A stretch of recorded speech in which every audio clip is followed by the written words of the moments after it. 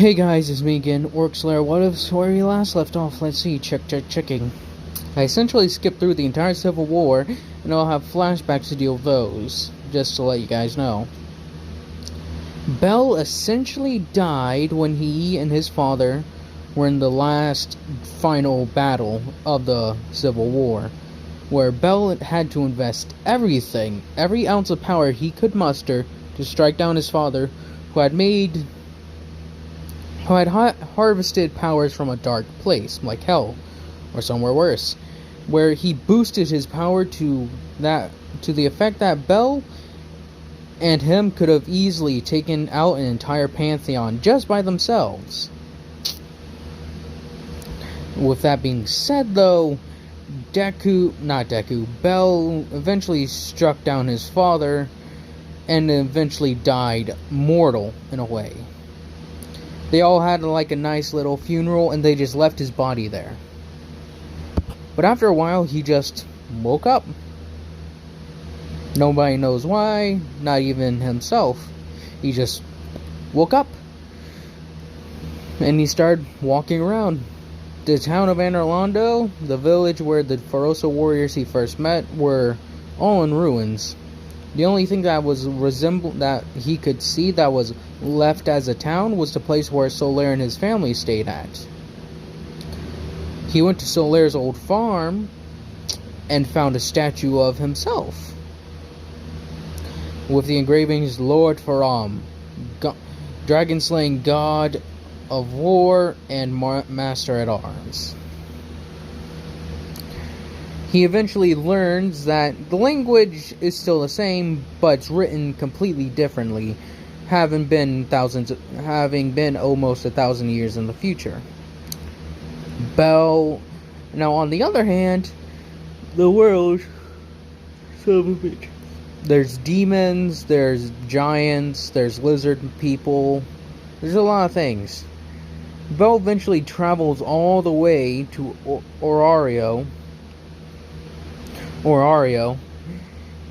and he takes the name as Bell, so that way, because the butcher, during that time when he was talking to the guy, like when he got his information, he had just killed a deer, took it in to get some money, to give him the entire thing. Butcher then asked him his name, and he looked around for the first thing that came to mind, and it was a bell. Like in the back, he's like, Bell. The guy sent him on his way, and Bell traveled all the way to Orario, clattering himself in rags and such to at least have some semblance of clothing. Because his golden and scale armor, he just left them. The only thing he still has left from his days as that guy is the giant weapon on his back. But even that, he's clattered it in rags and such, so people won't recognize it. Travels all the way to Orario, runs into Loki, then eventually rests at Hestia's place. Hestia really never talked or hung out with Bell, so she doesn't know it's him. The only reason why Loki was suspicious is because pretty much Thor was Bell's best friend while in the heavens. That being said, I believe we've reached the point where I can continue forward. Bell and Hestia go. Well, Bell goes because he walked around the city for a day. Bell goes, gets himself registered, and it's like, alright, there you go, Mr. Bell. I will be your dungeon advisor. My name is Miss Anna. He's like, hello, I am Bell. Do you have a last name? No, just one name. It's like, alright. As she pretty much does a little stamped approval, sends him on his way. So I got the tattoo on his back that signifies that he's Hestia's child. And he's like, this feels weird. So he makes his way to the dungeon, taking his weapon, and pretty much going through the dungeon bit by bit, and clearing quite a few levels. He says this is pretty easy. And he does have a nice little sack to put all the gems in. Starts cutting his way, and even instead of not just bringing out the weapon right away, he smashes down and hits some of the ones with his justice fist and breaks necks. and maybe uses a thing of lightning or two. Now, this isn't his god lightning, take that into effect. This is just normal lightning. He isn't using a sacred oath yet either. Sorry. He isn't using sacred oath. Right now, at that moment, he's pretty much just crushing his way through. The little things poof into the dust, and he collects them along his way, and finds a few items like a few wolves' teeth, or maybe some chitin from like an ant or whatever. And he walks down lower levels and keeps on going to see how far he can go until he reaches the level where, not the white trees and such, but he goes around the area where, what's it called? Those like wolf men show up. Starts getting rushed by those. He gets rushed by those. He still tries to smash through them, but after a while he's like, ugh. His hands are starting to get tired of all the punching. So he takes his golden weapon out and smashes through them and cuts through several of them. Being very successful in this attack. Collecting the gems, and the sack is getting full. He then decides to go back up. Having a few items to sell and a nice little sack of gems to sell as well. As Bell's walking up, he pretty much runs into a thing of, eyes in them. Because Eyes, as far as I know, goes to the dungeon pretty regularly. So as some of them are going down, Bell's pretty much walks past them. He's big, even for some people. Even for some things. I think he's bigger than a Capra demon. That's impressive. Bell just walks up the things, and he eventually makes his way back to the guild hall. Sorry? He sets down the sack of gems, gets a lot of money. I'm not even trying to name how much he gets anymore. Let's just say it's quite a bit. They're genuinely surprised about the amount he got. What Bell then does is that he walks and eventually comes across Hostess of Fertility, because I'll say it's probably one of the more popular places. And he hears people saying, "Why am I yawning?" He doesn't hear what people say, "Why am I yawning?" He hears people say that the Hostess of Fertility is one of the best places to grab a bite to eat. He takes people's word and makes his way towards it, deciding that he's gonna go back to the little church. Gets and looks around, takes a seat. After being saying, "We'll see you in a minute," sits in one of the bigger chairs, where some demons, lizard folk, and even some of those abnormally tall humans. They're not Bell tall. The thing is kind of small for him, but he's still pretty big. So he sits in that. Sorry. People are looking at him he looks like he's like a hobo or something. His clothes are all nothing but rags, and his weapon looks like it's just being drawn, pretty much being clothed in rags as well. They don't understand why, but they're maybe he'll, I don't know. Hopefully it doesn't cause any trouble though. As he's sitting at the table, they come with a giant cup, something to drink. He grabs it and he's like, it's good. And we'll bring you, what do you want? She's like, new here? He's like, yeah. Alright, I'll bring you the special. As he's like, alright. She drops special off. It's a giant plate.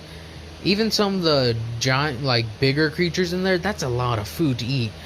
Bell just starts eating and he finishes the entire thing. He then asks how, as he pays them back, leaving a sack of gold on the thing, knowing it should probably be sufficient after he was told the price. Then getting his gear and leaving. Going back to the church. As he walks out of the bar, well, not bar, but the little inn, he just goes on with his life, just wandering back all the way to the church. And as he walks past, there's some people who are part of Hephaestus's guild. As they're like talking around after they've gathered some materials from the... After buying some materials, not gathering, buying some materials, they look over at this guy and the weapon... They look at his weapon, because I can't remember I say this. If I remember correctly, I said this, but if I'm not, Hephaestus has the giant mold for the weapon in her like main office that she has there as a reminder. Some of them who have been in there talk say, "Hey, that kind of looks like the weapon. That kind of looks like the weapon from the mold, doesn't it?" It's like, yeah, but we don't know who. Like Hephaestus made that herself. So if he has that, that must be some god tier weaponry. Because she said it, she's told us that she made it before then. That was like one of her greatest works. Do you think we should ask the guy? Like, no. Maybe it's just a confuser, Alright, well, stay back. Bell makes it all the way to the church and stays there and just like rests his head outside that little thing because there's not enough room for him at all. He just sleeps up on the first floor. As he's sleeping,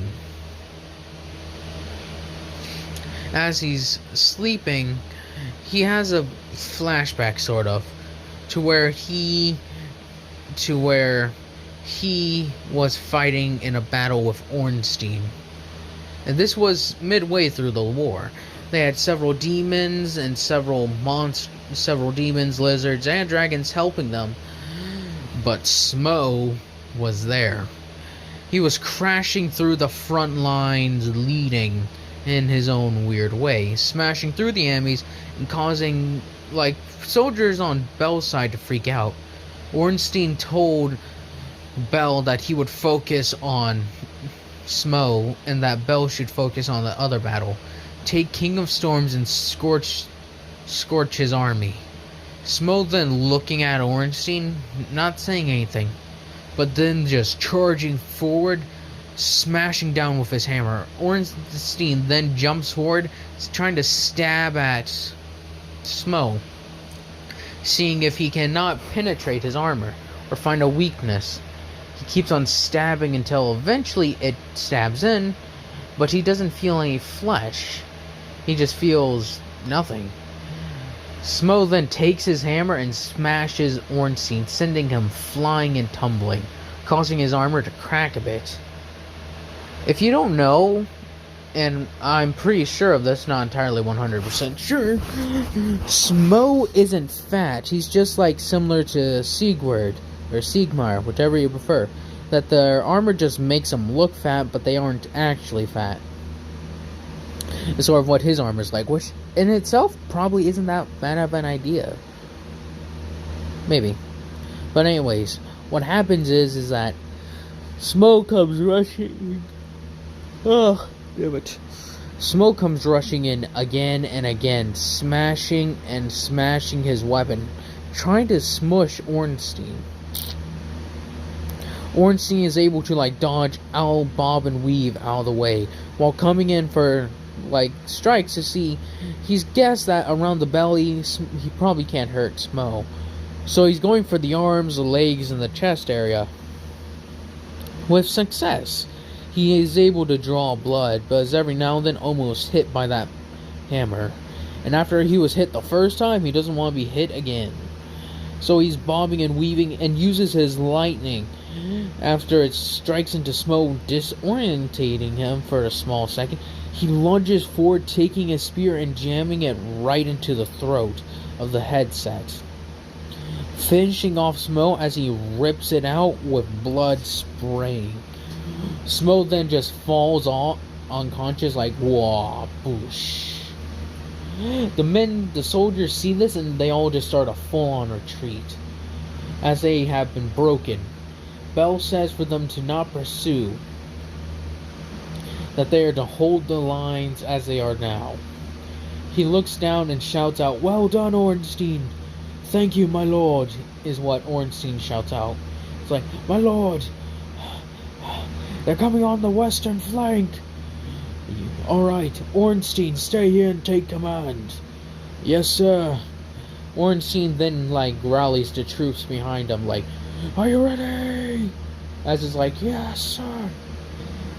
With lizardmen having actually earning their mark in those battles, having taking dozens of men, and even a few silver knights. It's quite impressive, actually, for some of them. But, as I digress, Bell then slowly but surely wakes up, like, what was that? Oh, just like, I remember that. That was so long ago. So long indeed. I wonder where Ornstein was buried. Actually, scratch that. I wonder what happened to all of them. Gwendolyn, Guinevere, Solaire, Quailana. I know Izalith is still around, because, well, that. And Izalith is probably the last living thing that even remembers me. I really should have stopped by and said hi to her. But oh well. Would I even survive the conditions there? From what I heard is that it may have been hot last time, but now with me being weakened and it being the center of all demons, it may as well be twice, maybe even 4 times as hot. Jeez. He then deciding that, he better get to it. Starts making his way towards the dungeon. Sorry, my mouth is kind of dry. Then making his way towards the dungeon without saying hello to Hestia. Hestia then wakes up a little while later and sees where Bell's been sleeping. She's like, maybe I should get him a pillow. He then goes back into the dungeon and does the same thing he did yesterday, just constantly fighting and fighting.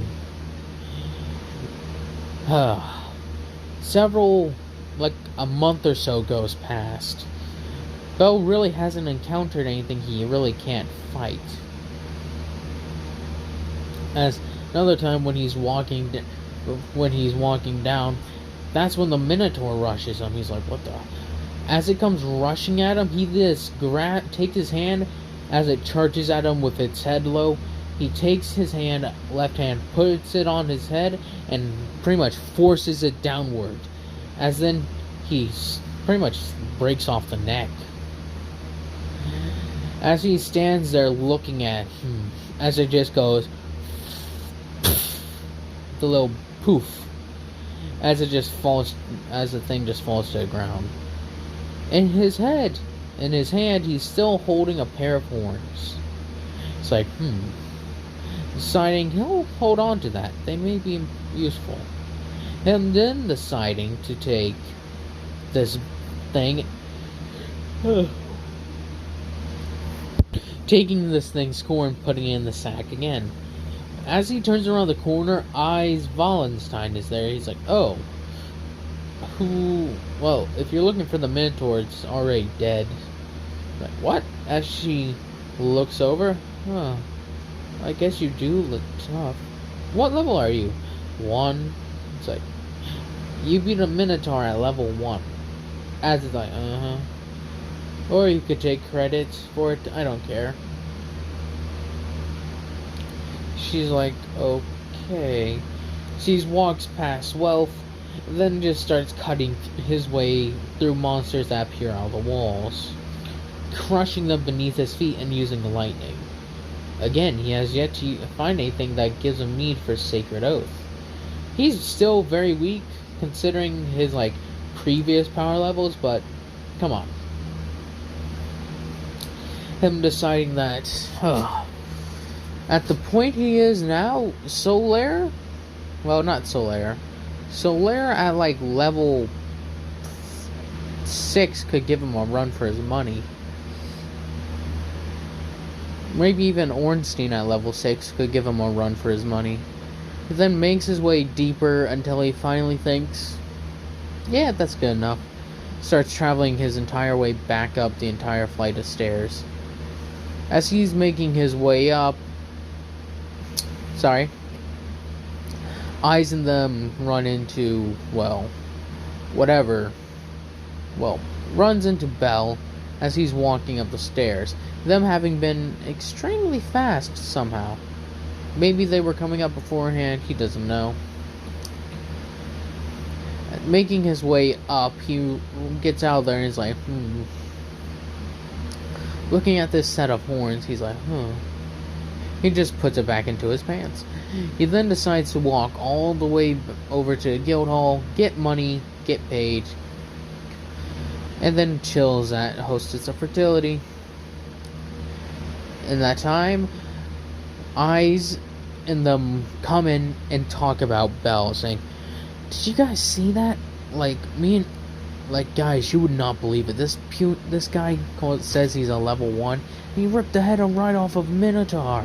It's like, yeah, right, no level 1 has ever done that. Not even Eyes. Bell just thinking, Ornstein and Solaire could have done it. As he thinks that to himself. Well, doesn't mean it isn't possible. What was he? Well, some of them point out, what about demons? Well, demons are an exception. They're already pretty powerful when they're born. But this guy was like one of those tall humans. Could have been descendant of giants. Giants and humans really can't have children, you know. Maybe he's something else? I don't know. Maybe he's just really tall. All I know is that he ripped that thing's head off with ease. He really hung up on this ripping its head off. He did not use a single weapon at all. Just push it down and off came its head. Like it was nothing. Then saying that, man, I wonder, this guy was pretty good though. I'll admit that. No struggle, no anything. He just popped that thing's head off. Loki's like, hey, was it that same guy? What some people are talking about? He wears nothing but rags and has this giant weapon on his back? Like, yeah, that was him. Oh, she's like, something wrong. I bet she's just got too drunk. No, I remember him from somewhere. But I can't put my hand on it at all. I don't know. Maybe more drinks would help. You've been thinking about this for the past several weeks, maybe even over a month. You can't keep on doing this. It's like, watch me. Alright, you're being cut off. Anyways, come on. That Eyes is like still quiet. It's like, I'm surprised a level 1 could even do that. After Bell has finished his food, he stands up, puts the bag of coins on there, and they're like, hey, that's him, as Loki looks over at Bell, as Bell looks over at them with the whole, that's him, locks eyes for a split second, then walks out. She's like, I need to talk to him. She's like, you guys stay here. That's an order from your Familia Master. She then hops out of her chair, being kind of sober, as she said that pretty soberly. Like, oh god, this is a pretty serious thing. She's sober. She was so serious about this conversation, she got so sobered up in a matter of seconds. After a while of Bell walking, he stops. He's like, I know you're there. Show yourself. Loki then, am I that obvious? He's like, yes, you are, Loki. As she's like, I thought you looked familiar. Those eyes never change, do they, Belle? Yeah. As then he takes off the hood. She's like, everyone thought you died. I did. But now I'm back somehow. Don't know why, don't know how. And I prefer if you keep this information on the down low. Even from Hephaestus and Thor? They were all kinds of torn up after you died, bud. And he asks, how are my brother and sister? They have familiars here too. He's like, tell them I don't wish to keep my name a secret, okay, Loki? I'm trying to start fresh, you could say. I don't have any people praying to me. It's like, yeah, you do. What? The lizard men? Some of them don't think us gods know, but we know that they pray to you, or at least a version of you. They call him the Nameless King. Says to be the most powerful god in the history of ever, as they would say to themselves. My guess is that their faith revived you, but since the lizardmen are kind of a minority here, and their religion isn't as widespread and as open as ours, maybe sort of just rekindle that little flame of you, that little spark of lightning you had in you. It's like, maybe. Anyways, it's nice talking to you, Loki. Congratulations with the familia. They look strong. I can tell that eventually that Wallenstein girl, she'll even give Solaire a run for his money run one day. Like, oh, yeah. Hey, just let you know, Solaire and them, they all lived good lives after you passed. They had good lives, the cities that they lived in had a long period of time. 4 kings were eventually overthrown after trying to outlast for longer, but they really couldn't. Quelana and Solaire eventually became, well, as you would say, probably the king and queen of the new country. He took what you asked him. If I remember correctly, you didn't want any statues or anything or something of those kinds. He's like, yeah, something like that. Didn't feel right to have my statues plastered all over the place. I think I caused a civil war and killed hundreds of thousands, if not, well, hundreds, thousands, maybe even tens of thousands. Well, you did it for the right reasons. And she then would go on to say, Quelana, Solaire, Quelaag, and surprisingly Ornstein. Well, Quelaag and Havel, actually. Havel and Quelaag. Yeah, can you believe that? It's like, no, I bet you're lying to me. It's like, no tricks here, ironically. After you went, they just sort of started hanging out and eventually just happened. What about Ornstein? He lived his days out training more warriors to protect the kingdoms. Protect the kingdom. Hawkeye Goth went back to the land of giants, became sort of that place's sort of leader in the way for like became that place's one of the main leaders. Solaire and his family lived happily ever after. It's just that the kingdom eventually faded. It's just faded over time. One of the only things to stand from that time is Izalith. Don't know how that place keeps running, but it keeps on bringing out demons, so who knows? Like, yeah. He broke that promise to me, though. He didn't make one single statue. It's like,